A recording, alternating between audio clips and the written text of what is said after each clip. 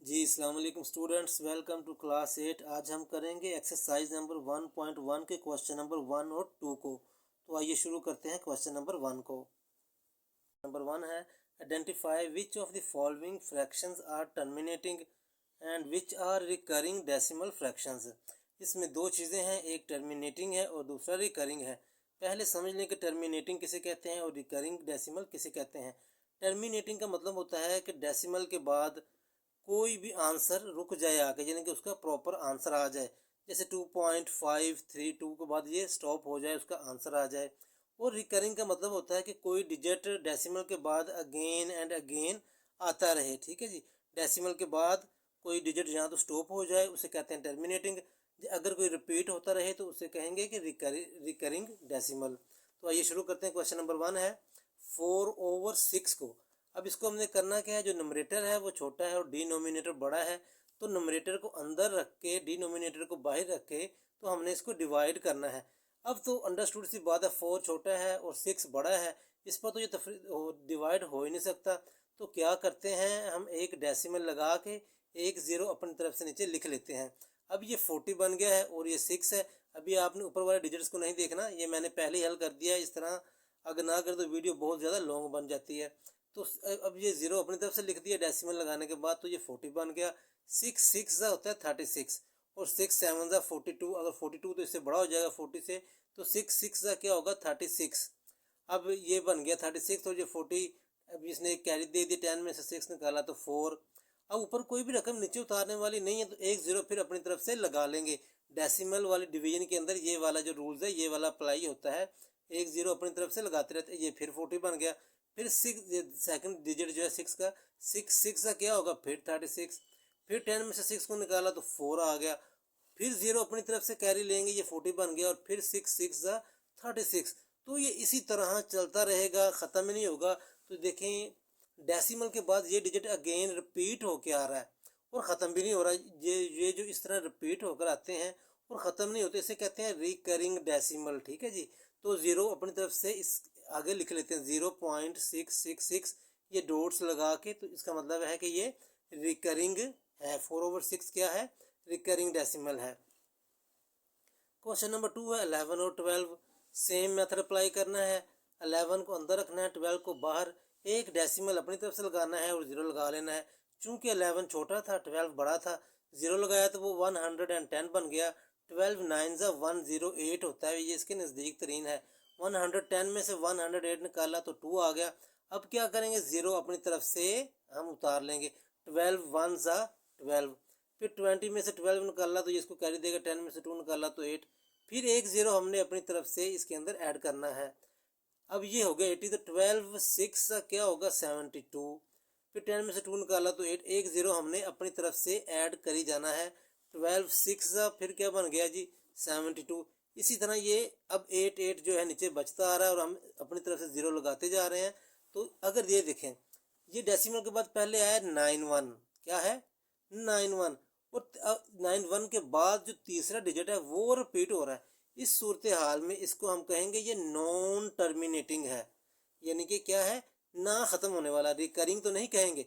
अगर एक ही डिजिट बार बार रिपीट हो रहा होता है या ग्रुप ऑफ डिजिट रिपीट हो रहे होते हैं, जैसे देखें ये 91 आया है, 3 दफ़ा 6 आ गया। अगर फिर 91 और 666 आ जाता तो फिर ये रिकरिंग होना था। अभी चूंकि ये 91 दोबारा नहीं आ रहा, सिर्फ नेक्स्ट तीसरे डिजिट रिपीट हो रहा, तो ये नॉन टर्मिनेटिंग है, यानी कि ना ख़त्म होने वाला सवालात। ठीक है जी। क्वेश्चन नंबर 3 में 1 को अंदर रखना है और 3 को बाहर रखना है। डेसिमल लगाना है 0, ये 10 बन जाएगा। 3 3 9। अब आप लास्ट मेथड को अप्लाते जाए, 0 आता जाएगा, अप्लाई होगा, लास्ट मेथड अप्लाई होगा। 0 9 आ गया, फिर 3 3 9, फिर 3 3 9, 1 आता रहेगा और ये इसी तरह सो लॉन्ग बहुत लंबा चलता रहेगा। तो ये देखें एक ही डिजिट रिपीट हो रहा है, एक ही डिजिट रिपीट हो या ग्रुप ऑफ डिजिट रिपीट होते रहें, तो इसका मतलब होता है कि ये रिकरिंग है, तो लिहाजा ये रिकरिंग डेसिमल है। चौथा क्वेश्चन है 2/5। 2 को अंदर रखा और 5 को बाहर, पॉइंट लगाया तो 0 आ गई, ये 20 बन गया। 5 4 होता है 20। अब ये क्या है, ये स्टॉप हो गया, ये रुक गया है, तो ये हमारा क्या होगा, टर्मिनेटिंग। ठीक है जी। क्वेश्चन नंबर 5 है 8/11। 8 को अंदर रखा और 11 को बाहर, डेसिमल लगाया तो 0 आ गया, ये बन गया है 80। 8 7 ज़ा 77, 3 आ गया, 0 अपनी तरफ से लगा लिया, 11 2 ज़ा 22, 11 3 ज़ा करेंगे तो वो बढ़ जाएगा। अब 10 में से 2 निकाला तो 8, 0 अपनी तरफ से हमने ऐड कर ही जाना है। और इसी तरह ये लास्ट मेथड जो सवालात में समझाया है, 7 2 7 2 7 2, देखें टू डिजिट्स हों या ग्रुप ऑफ डिजिट अगर रिपीट हो रहा हो तो वो क्या होता है, रिकरिंग। इसी तरह ये क्वेश्चन नंबर 5 भी हमारा रिकरिंग है। ये क्वेश्चन नंबर 4 पे 5/12 है, 5 को अंदर रखेंगे, 12 को बाहर, डेसिमल लगाएंगे तो 0 एक अपनी तरफ से हमने ऐड कर लेना है डेसिमल का। 5 4 ज़ा 48, 50 में से 48 निकाला तो 2, फिर एक 0 अपनी तरफ से ऐड कर लेना है। अब ये 20 बन गया, 12 2 ज़ा 24 बढ़ जाता है तो 12 1 ज़ा 12 पे जाएगा। 10 में से 2 निकाला तो 8 आ गया, इसने इसको कैरी दे दिया। अब फिर 0 अपनी तरफ से ऐड कर लेंगे, 12 ये 80 बन गया, 12 6 ज़ा 72। अब ये 6 6 रिपीट हो रहा है मगर पॉइंट डेसिमल के बाद जो 4 1 है वो रिपीट नहीं हो रहा, इसको हम कहेंगे ये नॉन टर्मिनेटिंग है। रिकरिंग तो नहीं कहेंगे क्योंकि ये वाले डिजिट सिर्फ रिपीट हो रहे हैं, पहले वाले नहीं हो रहे, तो ये नॉन टर्मिनेटिंग यानी कि ना ख़त्म होने वाला सवाल होगा, यानी कि नॉन टर्मिनेटिंग डेसिमल क्वेश्चन है। ठीक है जी। क्वेश्चन नंबर 7 है 5/7। 5 को अंदर रखा, 7 को बाद डेसिमल लगाया तो 0 आ गया, ये 50 बन गया। 7 7 ज़ा 49। ये काफ़ी क्वेश्चन लंबा है। 1 लगाया, फिर 0 अपनी तरफ से लगा लिया है, ये अब 7 1 ज़ा 7 आ गया। 10 में से 7 निकाला तो 3, 0 निकाला। ये स्टूडेंट्स काफ़ी लंबा सवाल है। इसके अंदर जो चीज़ समझने वाली है कि ये ग्रुप ऑफ डिजिट्स डेसिमल 7 1 4 2 8 5 के बाद फिर ये मैंने आगे से करवाया हुआ है 7 1 4 2 8 5 7, फिर यही वाले सारा ग्रुप ऑफ डिजिट्स जो हैं ये सारे दोबारा रिपीट हो रहे हैं, तो इसीलिए इसे भी रिकरिंग डेसिमल ही कहेंगे। तो ये क्वेश्चन नंबर 7 हमारा रिकरिंग डेसिमल है। जी क्वेश्चन नंबर 8 में 6 को अंदर रखा और 10 को बाहर, जब डेसिमल लगाया तो वो 0 लग के 60 हो गया। 10 6 ज़ा 60, ये पूरा पूरा आ जाता है तो ये टर्मिनेटिंग है। क्वेश्चन नंबर 9 है हमारा। जी क्वेश्चन नंबर 9 है 16 को अंदर रखो, 20 को बाहर। 16 छोटा है, 20 बड़ा है, डेसिमल लगाया 0 तो बन गया 160। 28 से होता है 160, तो ये भी हमारा टर्मिनेटिंग है, यानी कि इसका रुक गया है ये आंसर आके। तो 0 अपनी तरफ से पहले हमने ऐड कर लेना, 0.8 लिख के लिख दें टर्मिनेटिंग आंसर इसका। ये वाली जो फ्रैक्शन है ये क्या है, टर्मिनेटिंग है। क्वेश्चन नंबर 10 है 9/10। 9 को अंदर रखा, 10 को बाहर, जब हम डेसिमल लगाएंगे तो वो 90 बन जाएगा। 10 9 से 90 होता है, तो ये टर्मिनेटिंग है क्योंकि आंसर इसका प्रॉपर कंप्लीट आंसर आ गया है। Question number 11 1/8। 1 को अंदर रखा, डेसिमल लगाया तो ये 10 बन गया। 10 1 ज़ा 10, 10 में से 8 गया तो 2, 0 बन गया, ये 20 हो गया। 10 2 ज़ा 16। अब 10 में 6 निकाला तो 4, 8 के टेबल में 40 आता है, 8 5 ज़ा 40, तो ये 0.125 जो है ये हमारा भी टर्मिनेटिंग डेसिमल है। ठीक है जी। क्वेश्चन नंबर 11 भी हमारा। Question number 12 14/20। जब 14 को अंदर रखा तो वो छोटा है, 20 बड़ा है, डेसिमल लगाएंगे तो 0 ऐड हो जाएगा। 140 27 होता है 140, ये प्रॉपर आंसर आ गया है, तो ये क्या है, टर्मिनेटिंग। 2/3। 2 को अंदर रखा, 3 को बाहर, पॉइंट लगाया 0 तो 18 बन गया। 3 6 ज़ा 18। अब ये 2 2 नीचे आता जाएगा, हम 0 अपनी तरफ से ऐड करते जाएंगे तो 0.666 ना ख़त्म होने वाला सिलसिला, एक ही डिजिट रिपीट हो रहा है, तो ये रिकरिंग है। ठीक है जी। Question number 14 4/20। 4 को अंदर रखा, डेसिमल लगाया तो 40 बन गया। 4 8 ज़ा 40 होता है, तो ये हमारा टर्मिनेटिंग है। 1/4, डेसिमल लगाया तो 0 4 2 ज़ा 8 आ गया। 10 में से 8 निकाला तो 2, फिर 0 जब अपनी तरफ से ऐड करेंगे तो 20, 4 5 ज़ा 20 होता है, तो ये भी टर्मिनेटिंग है क्योंकि ये भी प्रॉपर सोल्व हो जाता है। 15 नंबर है जी 1/4। 1 को अंदर रखा, डेसिमल लगाया तो 0 10 बन गया। 4 2 ज़ा क्या होता है, 10 में से 8 निकाला तो 2, इसके बाद 0 जब अपनी तरफ से ऐड करेंगे तो 20 बन जाएगा। 4 के टेबल में क्या आता है 20, 4 5 ज़ा 20, तो 0.25 लिखना है आपने, खाली 0.25 नहीं लिखना, 0.25 ये हमारा टर्मिनेटिंग डेसिमल है। ये क्वेश्चन नंबर 16 है 7/9। 7 छोटा है, 9 बड़ा है, डेसिमल लगाया तो 70 बन गया। 9 7 ज़ा 63। अब ये 7 नीचे आता जाएगा, हम 0 अपनी तरफ से ऐड करते जाएंगे तो 0.777, ये वही सेम डिजिट रिपीट हो के आ रहा है, तो 0.77 यहाँ पे आप इसके आगे डॉट्स वगैरह लगा लिया करें ताकि ये शो करे कि ये रिकरिंग है। ठीक है जी। तो ये हमारा क्या है, 16 नंबर क्वेश्चन रिकरिंग डेसिमल है। क्वेश्चन नंबर 17 है 8/10। 8 को जब हम अंदर रखेंगे 10 को बाहर डेसिमल लगाने के बाद ये 80 बन जाएगा। 10 8 ज़ा 80, तो 0.8 की टर्मिनेटिंग है, इसका प्रॉपर आंसर आ रहा है। क्वेश्चन नंबर 18 है 3/5।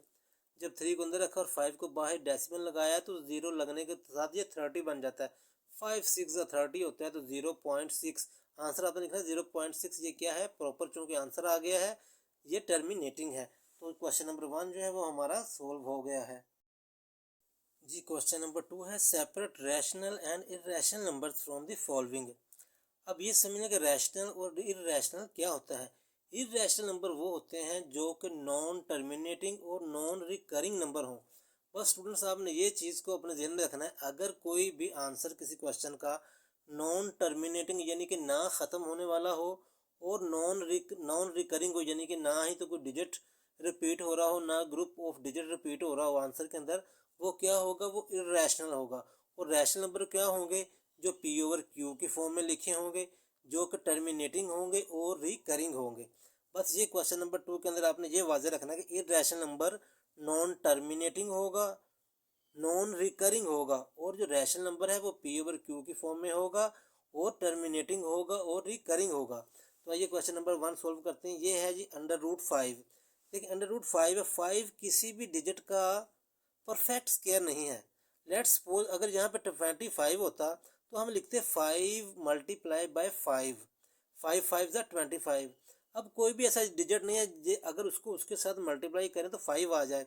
इन सूरत हाल में ये वाली जो अमाउंट्स होती हैं वो नॉन टर्मिनेटिंग और नॉन रिकरिंग ही कंसीडर की जाती है, इसलिए ये वाला आपका जो आंसर है वो इर्रेशनल है। जो मैंने आपको पहले समझाया है वो आपने अंडरस्टैंड कर लेना है, उसको मद्देनज़र रखते हुए ये सवालात बड़े इजी हैं, आपने इसको कर लेने हैं। क्वेश्चन नंबर 2 है 1/7। ये देखें, ये पहले ही P/Q की फॉर्म में लिखा हुआ है। ये जब हम इसका आंसर निकालेंगे यहाँ तो ये रिकरिंग आएगा, यहाँ टर्मिनेटिंग आएगा, तो इन सूरत हाल में ये हमारा रैशनल है क्योंकि ये पहले P/Q की फॉर्म में यानी बटा की फॉर्म में लिखा हुआ है। क्वेश्चन नंबर 3 है 2.152। ये देखने में ही लग रहा है कि किसी सवाल का ये आंसर है जो मुकम्मल आ चुका है, क्योंकि इसके आगे डॉट्स वगैरह नहीं लगाया हुआ है, जिसका मतलब ये होता है कि ये कैरी ऑन है, भी चल रहा है। ये टर्मिनेटिंग आंसर है और टर्मिनेटिंग क्या होते हैं, रैशनल होते हैं। ठीक है जी। क्वेश्चन नंबर 4 है 0.8182 8182 8182 कैरी ऑन चल रहा है। देखिए ग्रुप ऑफ डिजिट यानी कि दो नंबरों का जो है वो रिपीट हो रहा है, इसका मतलब है कि ये रिकरिंग है, और रिकरिंग जो होते हैं डेसिमल वो क्या होते हैं, वो रैशनल होते हैं क्योंकि उन्हें P/Q की फॉर्म में लिखा जा सकता है। क्वेश्चन नंबर 5 है 2.751।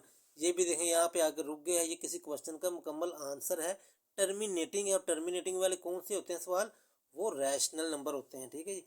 22/7 ये पहले ही P/Q की फॉर्म में लिखा हुआ है। बाद औक़ात इसे स्टूडेंट्स पाई समझते हैं, तो पाई की वैल्यू और इसकी वैल्यू जो है वो इक्वल नहीं है, वो नियर टू इक्वल है।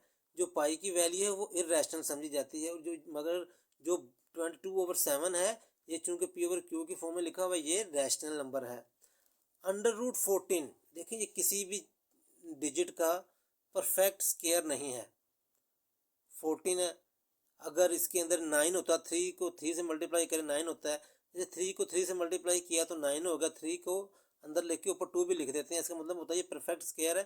तो 14 किसी भी चीज़ का परफेक्ट स्क्वायर नहीं है, लिहाजा ये क्या है, ये आएगा यहाँ तो नॉन टर्मिनेटिंग या नॉन रिकरिंग की सूरत हाल में, तो ये इर्रेशनल नंबर है। क्वेश्चन नंबर लास्ट है 25। देखें, जो मैंने आपको पहले समझाया था, ये 25 है, ये परफेक्ट स्क्वायर है। 5 मल्टीप्लाई बाय 5, जो परफेक्ट स्क्वायर होते हैं वो रैशनल नंबर ही होते हैं, तो ये भी हमारा रैशनल। तो स्टूडेंट्स हमारा क्वेश्चन नंबर 1 और 2 जो है वो कंप्लीट हो गया है। उम्मीद करता हूँ कि वीडियो आपको पसंद आई होगी। वीडियो को लाइक और सब्सक्राइब ज़रूर करें।